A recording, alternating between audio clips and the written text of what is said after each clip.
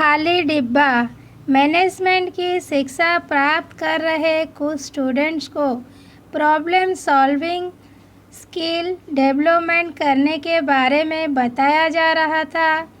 कुछ देर पढ़ाने के बाद प्रोफेसर ने बच्चों को एक केस स्टडी सॉल्व करने को दी। जापान की एक साबुन बनाने वाली कंपनी अपनी क्वालिटी और वर्ल्ड क्लास प्रोसेसेस के लिए जानी जाती थी, पर आज उनके सामने एक अजीब समस्या खड़ी हुई।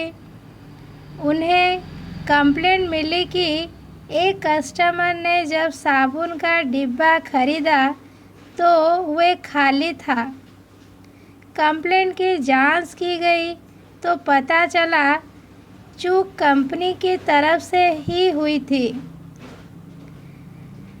असेंबली लाइन से जब साबुन डिलीवरी डिपार्टमेंट को भेजे जा रहे थे तब एक डिब्बा खाली ही चला गया। इस घटना से कंपनी की काफ़ी किरकिरी हुई।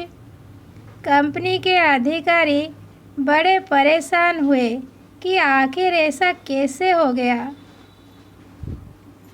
तुरंत एक हाई लेवल मीटिंग बुलाई गई, गहन चर्चा हुई और भविष्य में ऐसी घटना ना हो इसके लिए लोगों से उपाय मांगे गए। बहुत विचार विमर्श के बाद निश्चय किया गया कि असेंबली लाइन के अंत में एक एक्सरे मशीन लगाई जाएगी जो एक हाई रिजोल्यूशन मॉनिटर से कनेक्टेड होगी। मॉनिटर के सामने बैठा व्यक्ति देख पाएगा कि डिब्बा खाली है या भरा। कुछ ही दिनों में ये सिस्टम इम्प्लीमेंट कर दिया गया, पर जब एक छोटी रैंक के कर्मचारी को इस समस्या का पता चला तो उसने इस समस्या का हल एक बड़े ही सस्ते और आसान तरीके से निकाल दिया। एक ऐसा तरीका जिसमें ना लाखों की मशीन खरीदने का खर्च था और ना ही किसी आदमी को रखने की ज़रूरत। सोचिए अगर आपके सामने ये समस्या आती तो आप क्या करते।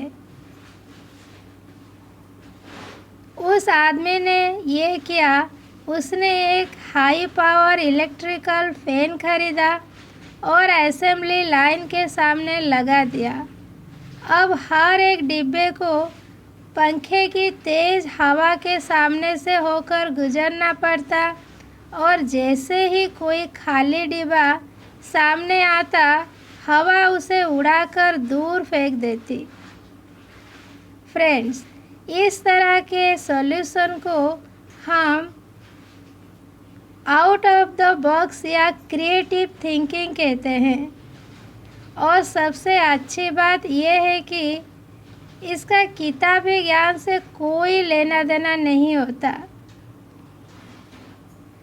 हम में से हर एक व्यक्ति अपनी समस्याओं को सरल तरीकों से सुलझा सकता है, पर शायद हम सबसे पहले दिमाग में आने वाले हल को ही पकड़ कर बैठ जाते हैं। आइए इस केस स्टडी में से प्रेरणा लेते हुए हम भी अपनी समस्याओं के नए नए समाधान ढूंढें और इस जीवन को सरल बनाएं।